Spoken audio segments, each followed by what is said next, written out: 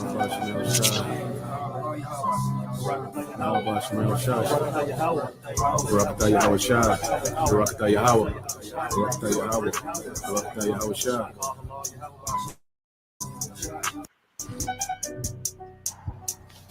hardest walk leads to the greatest destination. And what's our destination, brothers? The kingdom, man. The arms of Yahushua, man.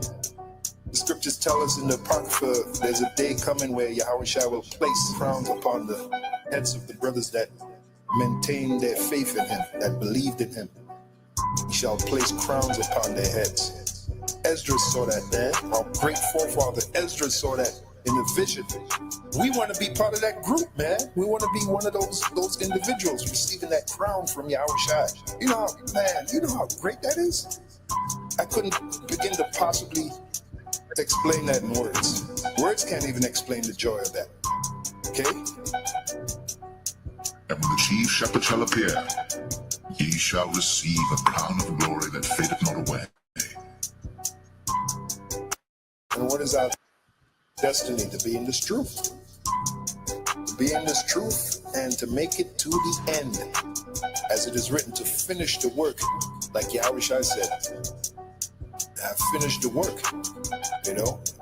The Apostle Paul said the same thing. Henceforth I know there's a crown of righteousness that is laid up for me. Okay, that is our destiny. Blessed is the man that endureth temptation, for when he is tried, he shall receive the crown of life which the Lord hath promised to them that love him. The Spirit itself beareth witness with our spirit that we are the children of God. If children, then God. And joint heirs with him. If so be that we suffer with him, that we may be also glorified together. For I reckon that the sufferings of this present time are not worthy to be compared with the glory which shall be revealed in us. For the earnest expectation of the creature waiteth for the manifestation of the sons of God.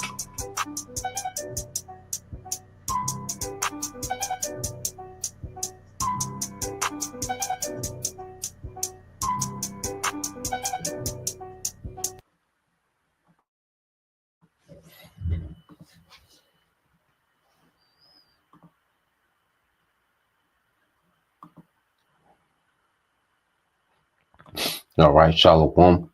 First and foremost, I would like to give all praise, honor, and glory unto Yahweh, Bahashem, Yahweh Shai, Bahashem, Makakwadash.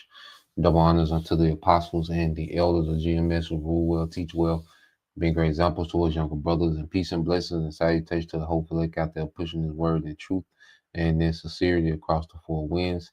In the name of Yahweh, Bahashem, Yahweh Shai, pushing them, get up out of here, Shalom. To the hopeful leg, the believers, the listeners who have came back to the obedience of the scriptures through faith in Yahweh Bashem Al Shai. All right, and what I want to get into today is dealing with the book of 1 Corinthians. All right, continuing on in the series, we made it to the 7th chapter. You know, and it's probably one of the most visited, chapters in the book of Corinthians. You know, as there was a lot of concern from the churches, you know, dealing with marriage, you know, dealing with, you know, their social status. All right. And Apostle Paul's addressing all these things, you know, pretty lengthy chapter. All right. But he's addressing particular issues within the church, concerns, you know, and he lays it all out, you know, he gives good balance, you know, to these situations in the spirit, you know, and it's still a guide, you know, that we go by today, you know, concerning a particular thing. Now, there's always exceptions, you know, to the rule when it comes to particular things. All right. And then a lot of these things can be applied, within our walk, you know, to keep us, you know, balanced, you know, in the faith. Okay. Now, let's do a quick AI overview. Okay. Now, just ask the things Apostle Paul was responding to in 1 Corinthians, the 7th chapter. Okay, so when you go into it, says in 1 Corinthians 7, Paul is responding to several specific questions and situation raised by the Corinthian church. These issues come from a letter the Corinthians had previously sent him. That's why you read 1 Corinthians 7:1. It said, "Now concerning the matters about which you wrote, below is a clear list of main things Paul was responding to, along with brief explanations." All right. It says, what Paul was responding to in 1 Corinthians 7.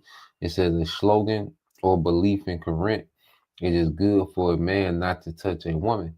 Some Corinthians, all right, some Corinthian believers believe sexual abstinence was spiritual superior, even within marriage. Paul responds by affirming the goodness of marriage and marital intimacy while also upholding voluntarily temporary abstinence for prayer. All right. So you have the issue of believers, thinking that not having sex made them spiritually superior.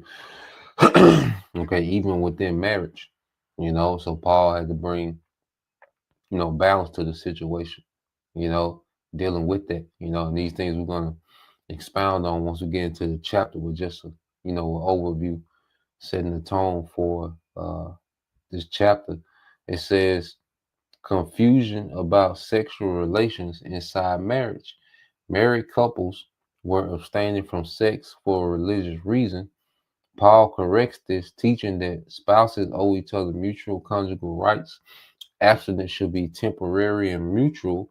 Otherwise, Satan, all right, may tempt them, whether it was adultery, or whether, you had, the lewdness, okay, of the culture of Corinth. It was, real lax. All right. Morally, it was a real loose, all right, culture when it came to, sexual, okay, perverseness. It said questions about whether unmarried or widowed believers should marry. Some believers assume staying single was more spiritual. Paul affirmed singleness as good, but teaches marriage is also good. Choose based on calling, self-control, and circumstances. Because everyone has different calling, a different office. Everyone has different discipline. Everyone has different circumstances. Because we wake up in different parts of our life, in different circumstances.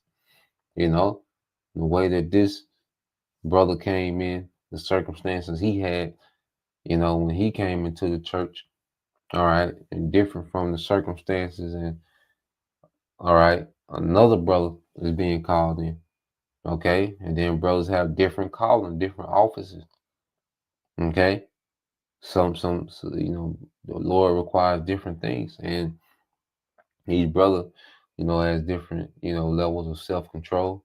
Which these are things that we practice. When it comes to self-control. All right, because we come from a world just like current. We come from a world where everything is lax. Do as thou wilt. Okay. It says questions from married believers about divorce.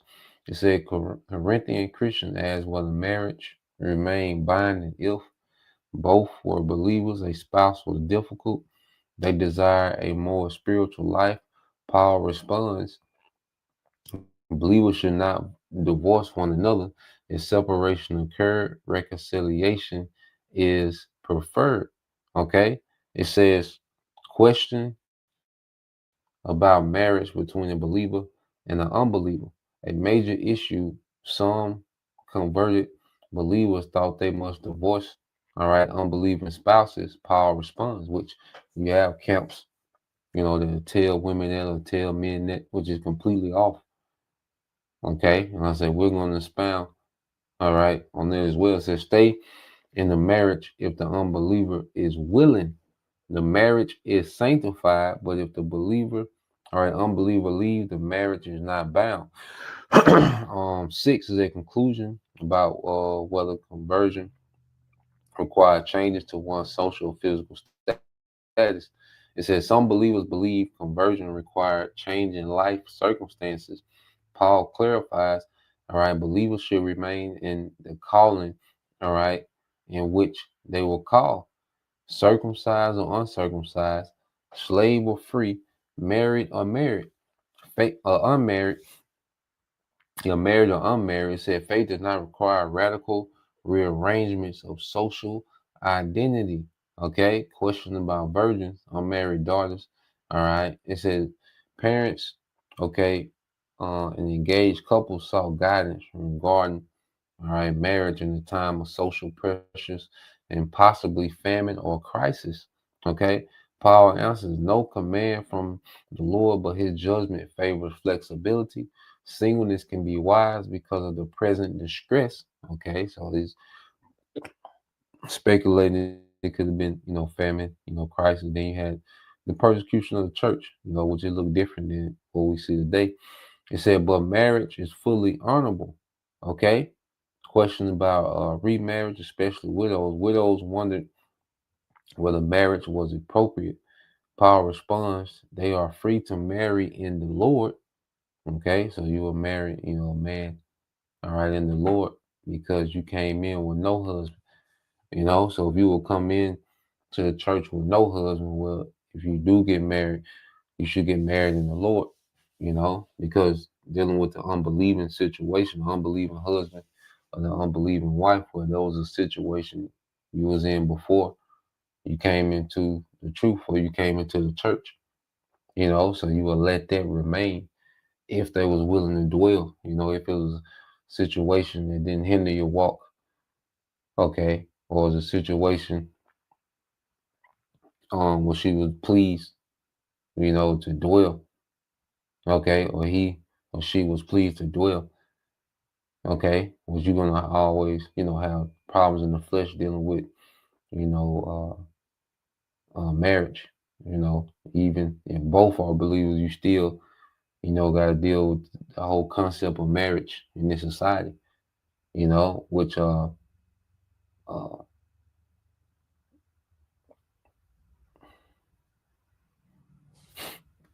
yeah, Shalaki, yeah, but which, in this society, this ain't the ideal setup. You see, this ain't the ideal, but we're getting back to it. The Lord is, building us up, in these things, so we're getting back to, order, structure and, duty and responsibility, in Yahweh Shemal Shai. So, we on the up and up, as far as that. But let's go to the chapter, just wanted to give that overview. Um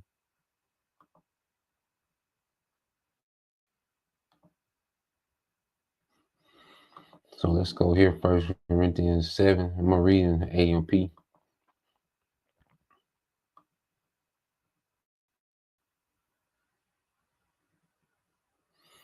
All right, so this First Corinthians chapter 7, verse 1, and this is in the AMP. It says, now as to matters, all right, of which you wrote. So he's responding, to the issues that they wrote into him. He said, it is good, all right, beneficial and advantageous, all right, for a man not to touch a woman, okay, outside marriage. Okay. So he's giving, his response to things that they were dealing with, and he was saying it was good, for a man, not to touch a woman.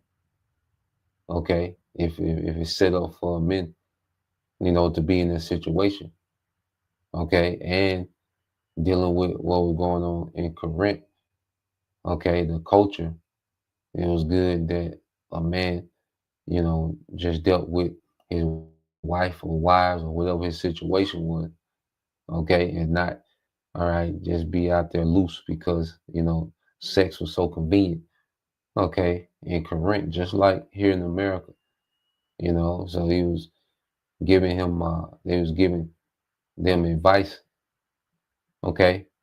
So going here, it says, but because of the temptation to participate in sexual immorality, let each man have his own wife and let each woman have her own husband. So he's establishing order amongst, a like I say, very loose culture. Okay, so he's establishing order. See, Apostle Paul brought a lot of those traditions, okay, of being, an Israelite, being brought up in that way, as a student of the law. He didn't put, the law on them, the burden of the whole law on them, okay. But a lot of his decision making, his judgment calls, all right, were based on, okay, the standards of the law, the standards of our culture, all right, our ancient Israelite culture. You see, so a lot of the concepts he will push, okay, were concepts of what, all right, and ancient Israelite law and customs, okay, and it was just a more lax version, okay, but it was structured to an unstructured society. Okay. It said, but because of the temptation to participate in sexual immorality, okay, we went into the temples and, this Corinth, I said, wide open. It said, let each man have his own wife and let each woman have her own husband. The husband must fulfill his marital duty to his wife with goodwill and kindness, and likewise, all right, the wife, okay, to her husband. Okay. And see, that's also, like I say, this has a concept, okay, of certain laws, and he's sprinkling, all right, these concepts for the sake of order. They're showing you how potent, the law is, okay, when it comes to establishing structure. You see, let me see.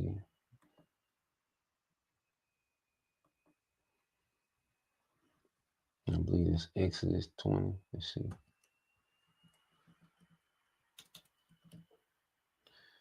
Let's see, duty of duties. Yep. Exodus 21. Okay, and 10.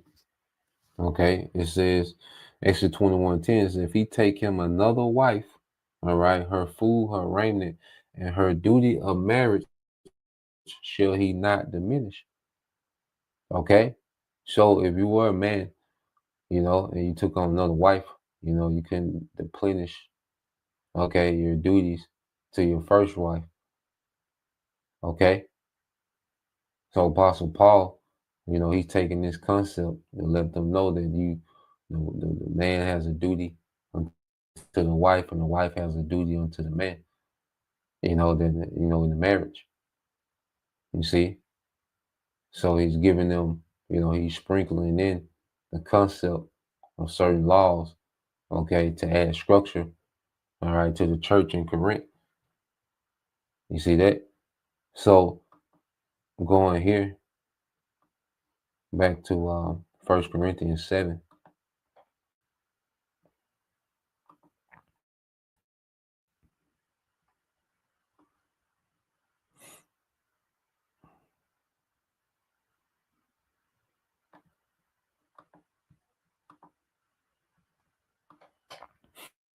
All right, 1 Corinthians 7:3, it says, the husband must fulfill his marital duty to his wife, all right, with goodwill and kindness, and likewise a wife to her husband. The wife does not have exclusive authority over her own body, but the husband shares with her, and likewise the husband does not have exclusive authority over his body, but the wife shares with him. Yeah, so like I said, because in Corinth,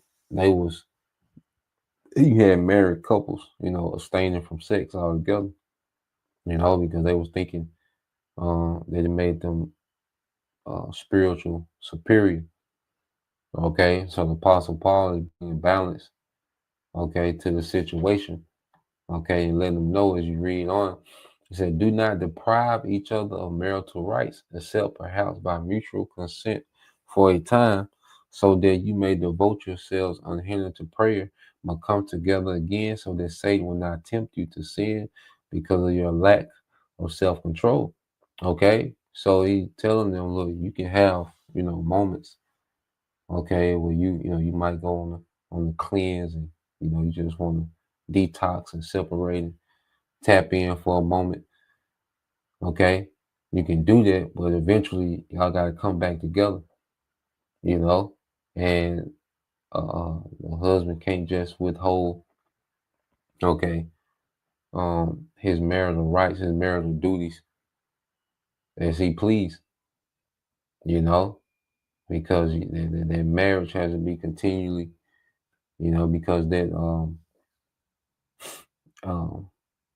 coming together as man and woman, you know, that's a part of marriage. Now, like I say, every situation different. You got health issues and particular things, all that's different. But this is just a general concept, okay, and general spiritual advice and balance he was giving to the churches, you know. So not to neglect each other, all right, and create a problem where, one person is feeling neglected. So now they got to be rash, okay, and try to go look for outside means, okay, to deal with that burning when you have a whole husband at the house or a whole wife at the house, okay. So he was giving them, the balance of the situation, okay. And it says, but I'm saying this as a concession, not as a command. I wish that all people were as I, So he's saying this, that he wish, not a command that people be like him, but he wish, that people were as he was, and he deal with women. He was solo dolo. But each person has his own gift from the Most High, one of this kind and one of that. So each brother, has their gift, all right, their situation, okay, in Yahweh Bashim Al Shai, and as he's going to get into it, but always allow, the Lord to set up, situations and circumstances. Don't force anything, because the Lord has us in a perfect position, all right, needed to fulfill our office, because it's about fulfilling our office. You Israelite, us Israelite men, beginning with us, okay. Each brother has their gift, pertaining to their office. That's why it's emphasis on fulfilling your office, and then let the Lord, all right, add as he see fit. Matter of fact, let's get this. Get a couple of precepts on that. Um,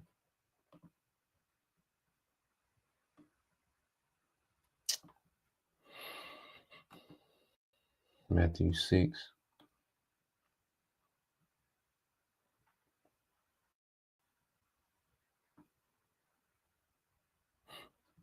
Just Matthew 6 and 33 said, but first and most importantly, seek, all right, aim at or strive after his kingdom and his righteousness, his way of doing and being right, the attitude and character of the Most High, and all these things will be given to you also. Okay? So the thing is to tap into our office, man, tap into gift, tap into this wisdom, as Israelite men, we should be occupied, in this ministry according to our lot, okay, and let the Lord add as he see fit, because when the Lord adds, he adds things to complement, okay, because you can force things in the flesh and add a nightmare to your situation, okay. So the thing is, have a priority of fulfilling our office and seeking and increasing in your house, and let the Lord add, as he see fit. And that's with everything, man. That's in, jobs, women, circumstances, and the Lord, he moves and he situates, okay, his men, okay, according to, our lots, our office, okay, in the church. Okay. So going from there, I think that's in the book of Sirach. I want to get that. Mm.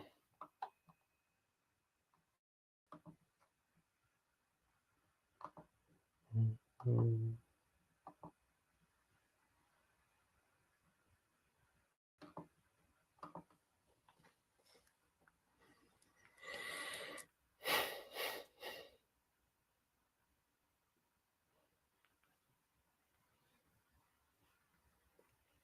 Let me find it.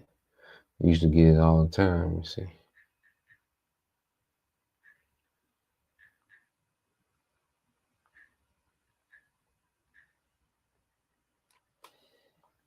I know it's the book of Sirach. Yeah, okay.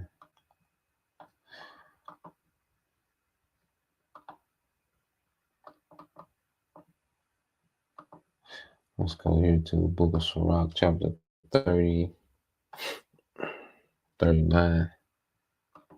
All right, and 33.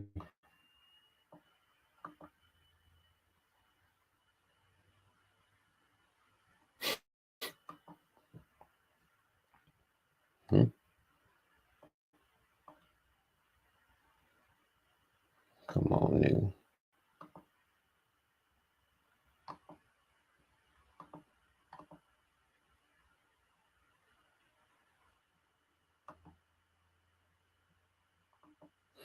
Salakia. But I just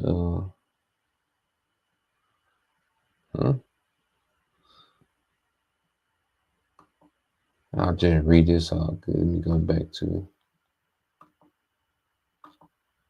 So when you go to the book of Sirach 39 and 33, it says all the works of the Lord are good, and he will give every needful thing in due season.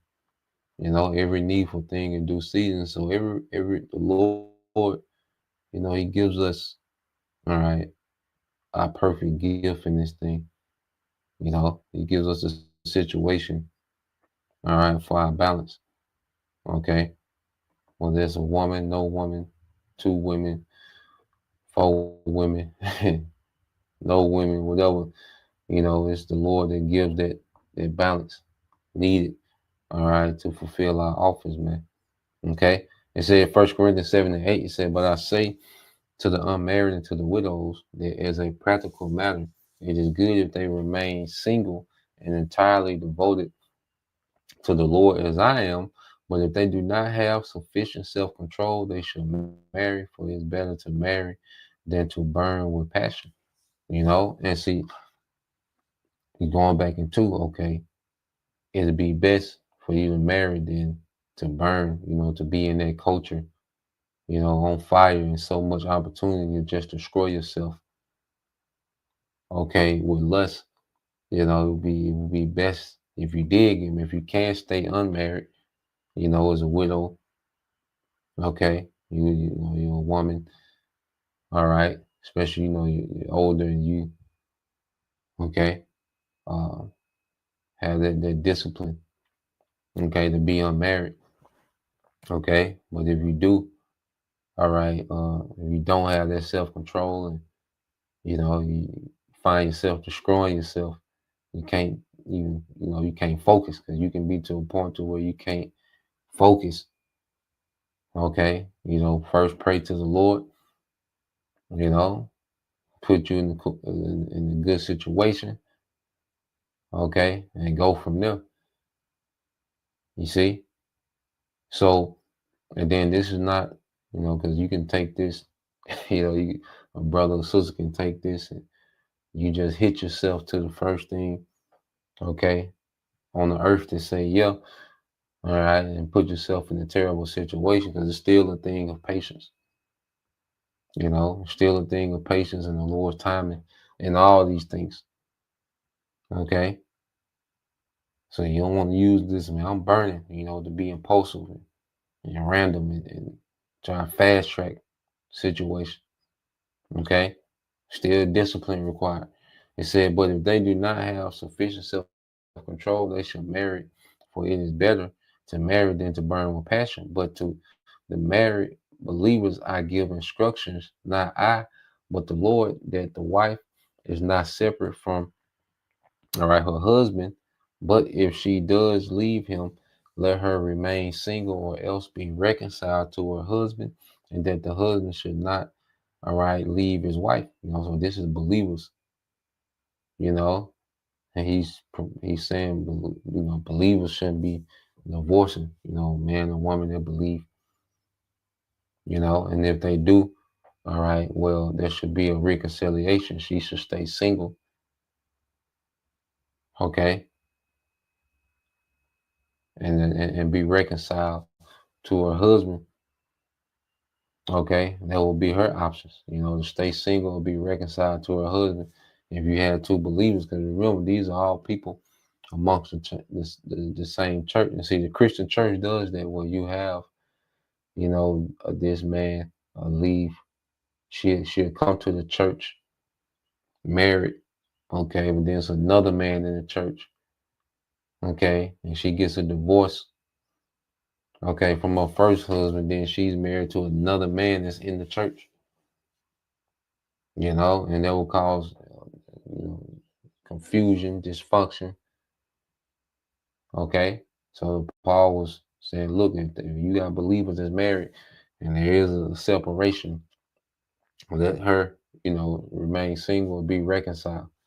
Okay. It says, to the rest I declare, I, not the Lord, since Yahweh. All right. It's to the rest I declare, not the Lord, that if any believing brother has a wife who does not believe in Hamashiach, and she consents to live with him, he must not leave her. And if any believing woman has an unbelieving husband, and he consents to live with her, she must not leave him. Okay, because these were people that was coming into the church already married. Okay, before they came into the church. Okay, so if your spouse, your husband, or your wife, doesn't believe, okay, well, you can't leave just based off the premises that they don't believe. Okay, like I said, there's exceptions to the rule to where you have things going on to where you like, I gotta get out of here. This is, especially your life in danger, your freedom in danger, like, so there's certain instances, all right, that can happen to where, okay, you see, where the situation is cool, she's, pleased to dwell with you. Okay, she's still, beneficial as a wife. He's beneficial as a husband, and they might not believe, okay, or they're not interfering, with your growth, and you gotta chill, you gotta deal. You might want, this, this fairy tale marriage, and both of y'all believing in this and that, but that's not the situation right now. And then the Lord can work, all right, within that situation. Okay, so just based on the premises, because you have believers coming in the Church of Corinth, and they spouse won't believe, and they like, I'm out of here, So the Apostle Paul like, nah, you can't move like that. Okay, you got children involved, you got, this and that, living situations, and, there's certain things involved that you can't just up and abandon a situation because they don't believe, and you still, have to honor their marriage and the Lord, and their marriage is still legitimate just because you believe and your spouse doesn't. That doesn't mean that your marriage is not legitimate before the eyes of Yahweh Shema Shah. The Lord still, he honors their marriage. Okay. Now how it play out, well, that's all the will of Yahweh Shema Shah. As you read verse 14, it said, for the unbelieving husband is sanctified, that is, he received the blessings granted, all right, through his wife, and the believing wife is sanctified through her believing husband. Otherwise, your children would be ceremonially unclean, but as it is, they are holy. And you had that with Timothy, which his mother and his grandmother, they believe, all right, but Timothy's father, which was Israelite, he didn't believe. Okay. Well, what happened? Timothy, you see, he was a believer. You see, just based off his mother believing. Okay, so having someone that's a believer in the house, okay, could begin to benefit others in their household. Okay, and the Lord can wake up, can have mercy on your wife through you. Okay, and your belief, your children, everybody be delivered based off, your faith. But everybody's gonna be tried. So we coming to the time where everybody's gonna be tried. Okay, your husband, he can your conduct, okay, can play a part, because as a believing woman, as you become a new creature in your house shot, all right, a man would just have to be, you know, a complete demon, to not appreciate, okay, what you're becoming in, your house shot, okay, what you're becoming in this truth, as a woman, okay. Now you got, I say, certain situations, but at the end of the day, as believers, we gotta be blameless, okay, and we gotta operate according to order now. See, we got order and structure, and you see the fear of the Lord, and you see a standard that we live by now. Okay, we can't just be like of this world, off a whim of an emotion, just change your whole situation. Now we got to move different now. So that's why you go here to First Peter 3:1. Okay, it says First Peter 3:1 says, in the same way, all right, in the same way, you wives be submissive to your own husbands. So all right, let me read this thing.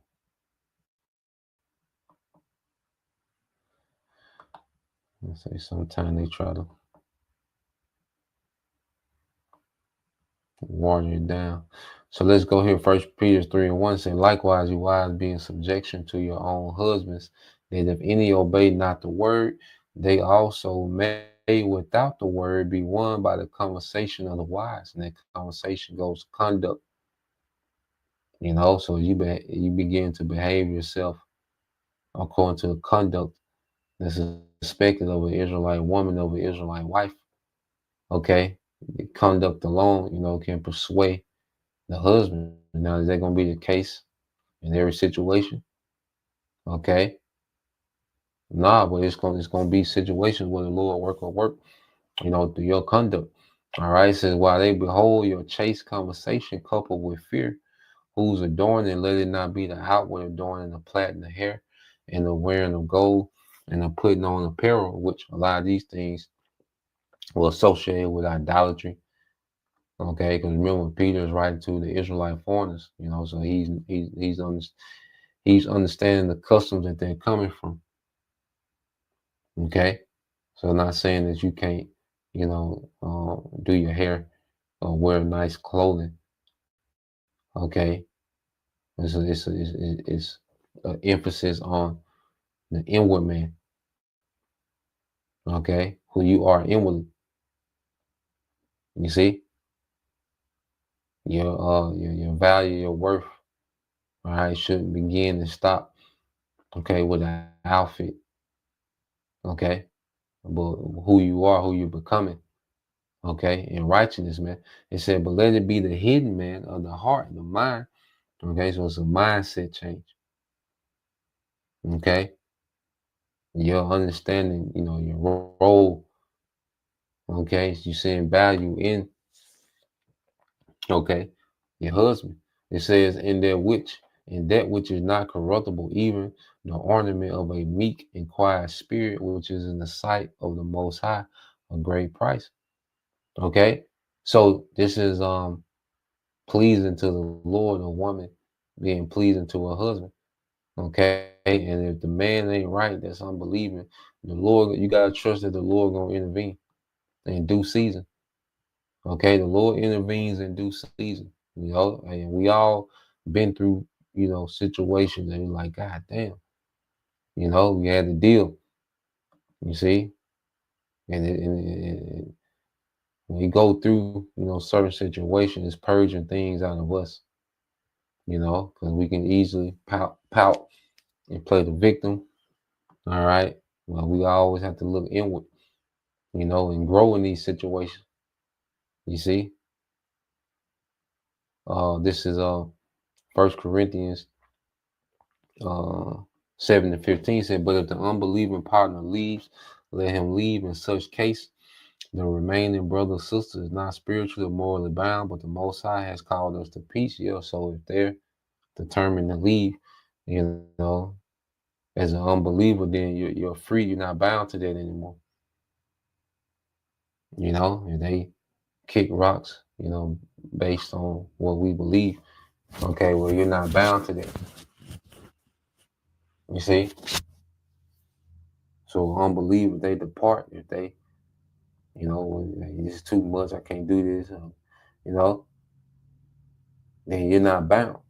You see, so Apostle Paul is giving balance in all these situations. He said, for how do you know, wife, whether you will save your husband by leading him to a Masiyah, all right, through your conversation, through your conduct, okay, or how do you know, husband, whether you will save your wife by leading her to a Masiyah? And as men, you know, they believe the woman should see our action, okay, how serious we are, how devoted we are, okay, to serving, okay, and that could affect them, okay, and be led, you know, to believe, you know, so the conduct of the unbelieving wife, the unbelieving husband, you know, the husband being devoted and serious minded, and, you know, they're seeing how you change, become more structured, become more reliable, you know, the way you're moving now in wisdom, okay, and as the woman, you know, being more submissive and in order and the spirit of a servant, you know, and those things could draw in the unbelieving spouse, you know, to believe, okay, or it go the other way. So Apostle Paul was given, all right, structure for both scenarios. He was giving instructions, okay, for both scenarios and everything, you know, in between. All right, it says only let each one live the life which the Lord has assigned him and to which the Most High has called him, for each person is unique and is accountable for his choices and conduct. Let him walk in this way. This is the rule I make in all the churches, man. Okay, and going back to as men, it's about us being on our assignment in Yahweh Bashim Al Shai. You know, and one thing, you know, my walk, man, the more I focus on Yahweh Bashim Al Shai, the more that the Lord begins to, you know, organize the background, set things in order, you know, peace, you know, because the Lord, he wants us in the atmosphere. That's why Apostle Paul said we're called into peace, okay, because you can be productive in a situation of peace, okay, in the environment of peace, you know, it promotes us to be productive, man, okay, and the Lord wants us, what, productive in his ministry, you know, for our behalf and for the behalf of others, man, the believers, okay. It says, you know, verse 18, it says, was anyone at the time of his calling, all right, from the Most High already circumcised? He is not to become uncircumcised. Has anyone been called while uncircumcised? He is not to be circumcised. So now he's dealing with circumcision, okay, which they dealt with this. You know, Paul went back, all right, to have counsel in the book of Acts, okay, because you had, especially dealing with the Church of Galatia, you had those Judaizers that was, you know, trying to put all these strict requirements on these Israelite foreigners that was coming in, and the topic of circumcision came up, okay. So Apostle Paul was dealing with that, and it was decided that, you know, circumcision wasn't a requirement.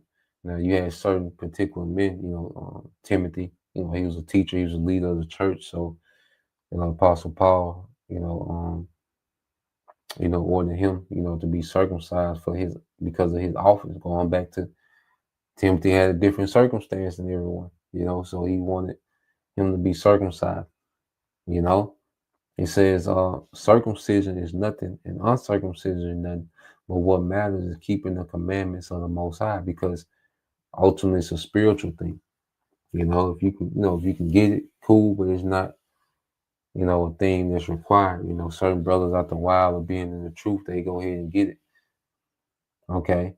But there's not a day one requirement, like you gotta, you can't even come listen to the camp because, you can't listen to the video because you're not circumcised. Nah, you can still grow in Yahushua uncircumcised, because the main thing is being uncircumcised in the mind. Okay. Now, brothers, fully persuaded, brothers, there wasn't, they go do it. Okay. But it's a thing of, it's a make or break. If you don't if you're not circumcised, then no, it wasn't, a decree. Okay. Because even when you go into Leviticus, let's get Leviticus 26. All right, Leviticus 26, and this is a call for repentance back then. Okay. It says, Leviticus 26 and 40, it says,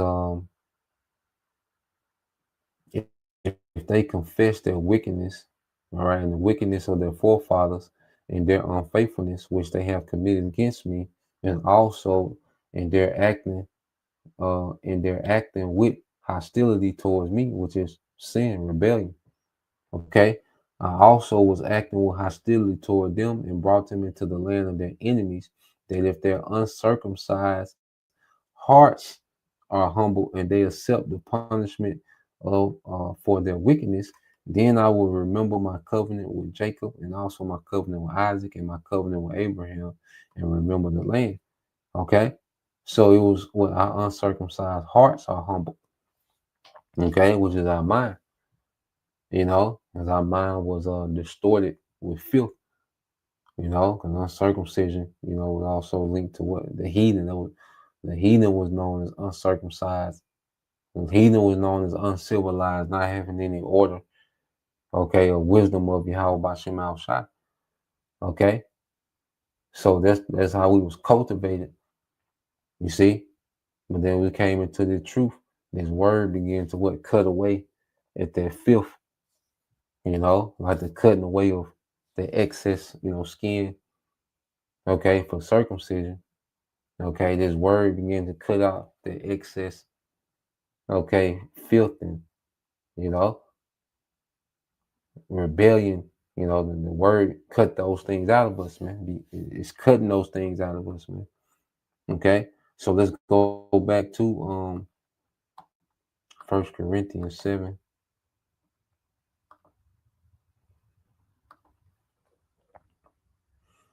All right, it's the book of 1 Corinthians 7 and 20. Oh, yeah.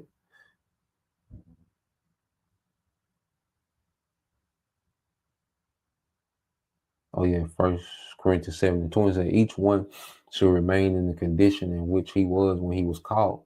All right. Were you a slave when you were called? Oh, it's lucky. He said, do not worry about that, since your status as a believer is equal to that of a freeborn believer. If you are able to gain your freedom, okay, do that. Okay, so he letting the slaves know, like, okay, you a slave. All right, you're a servant to someone. All right, it doesn't mean, okay, that you have to make this drastic change and you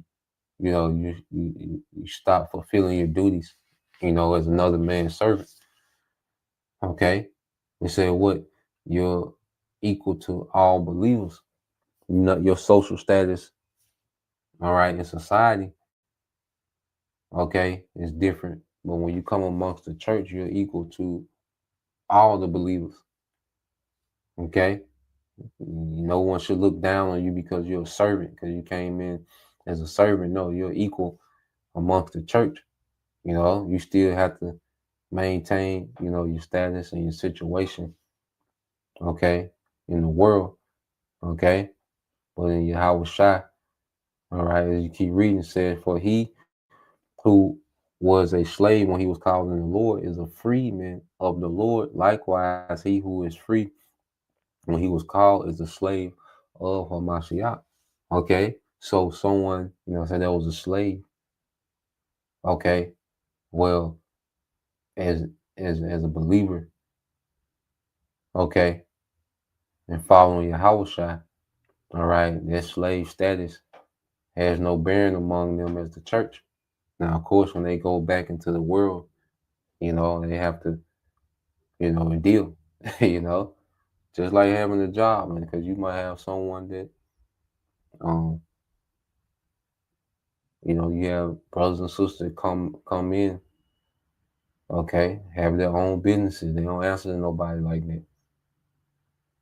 Okay, well, guess what? They have to become a slave of a Masiyah, where with that liberty they have to be dedicated, okay, to Yahweh Shai and their liberty. Okay, so yeah, you have a little more leeway and you don't directly answer to anyone, but then, okay, now you got to answer to Yahweh Shai.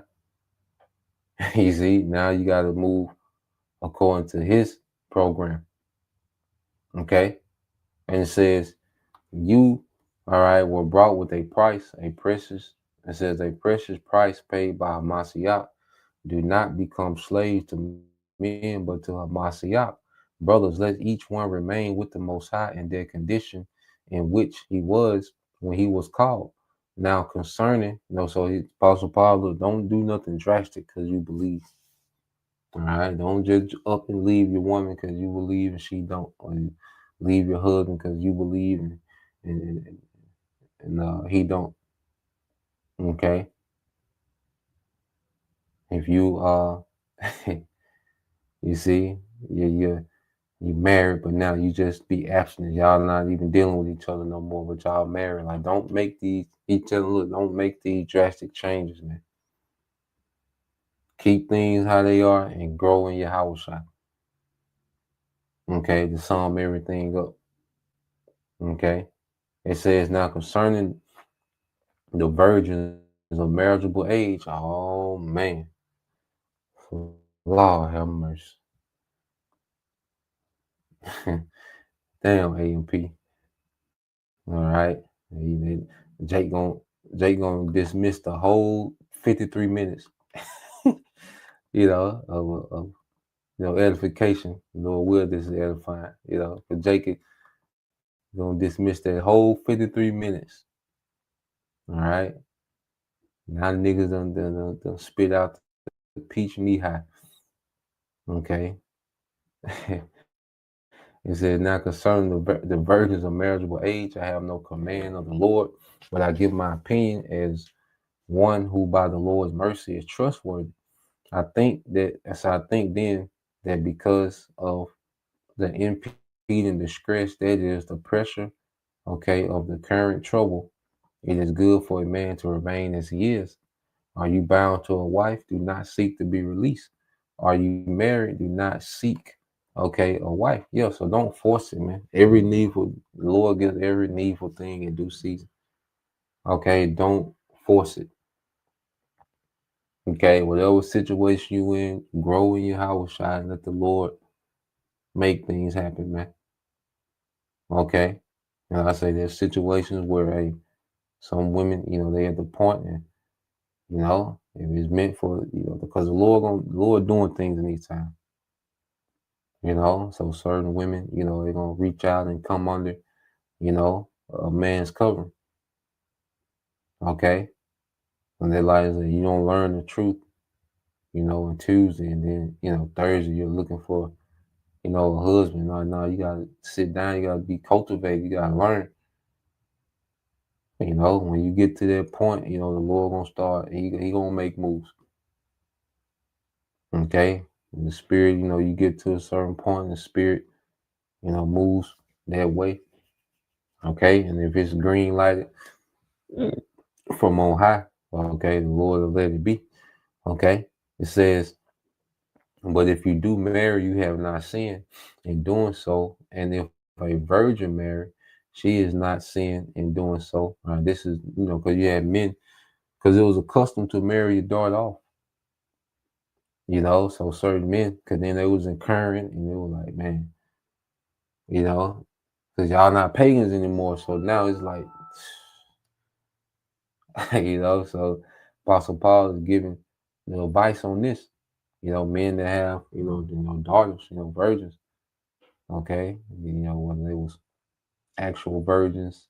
Okay, never had intercourse, was most of them were. Okay, or just marriageable age. Okay, and it says yet those who marry will have trouble, special challenges in this life, and I'm trying to spare you, man. Yeah, because like I said, when you marry, you got to deal with this whole concept of marriage. I say because you can't be, there's no way to be as focused, okay, or undistracted as someone who doesn't have a woman. Okay. That's why Apostle Paul, because that's what Apostle Paul was extremely productive. Okay, because he didn't have, that situation to deal with. Okay, now that situation can complement your office as well. Okay, but you're still going to have certain things, okay, that you have to deal with in the flesh. Okay, certain circumstances that you probably not even going to care too much for, but you got to deal with because it's there. Okay, so it said, but I say this, believers, the time has been shortened, so that from now on, even those who have wives should be as though they did not. Okay, so even the believers that have wives, okay, because of what we do, okay, it's gonna be times where it's like we don't. Okay, there's times when we do have to neglect, certain duties to serve the Lord. Okay, to make sure we on point in the spirit. So there's times when, especially in the thick of prophecy, man. Okay. So the Apostle Paul is just giving a perspective in the spirit. He's giving instruction. He's giving a mindset to be in and protocol. Okay. And it says, and those who weep as though they did not weep, and those who rejoice as though they did not rejoice, and those who buy as though they did not possess anything, man. Checked out. Apostle Paul says, see, you gotta be checked out, man. Certain things, as believers, especially as we mature in this thing, as brothers, man, as men, certain things we just check out. Because as we separate from this world, that void is filled by Yahweh Shai.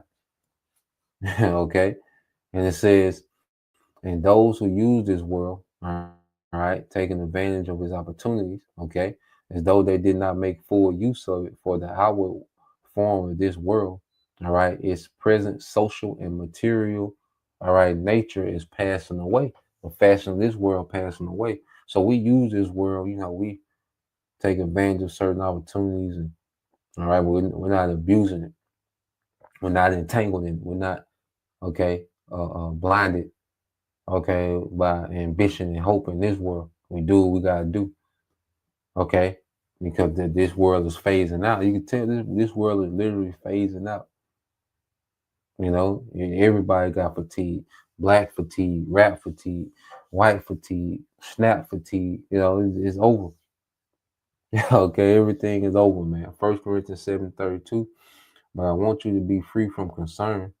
All right, the unmarried man is concerned about the things of the Lord, how he may please the Lord. But the married man is concerned about worldly things, how he may please, okay, his wife. Because you got to deal with it.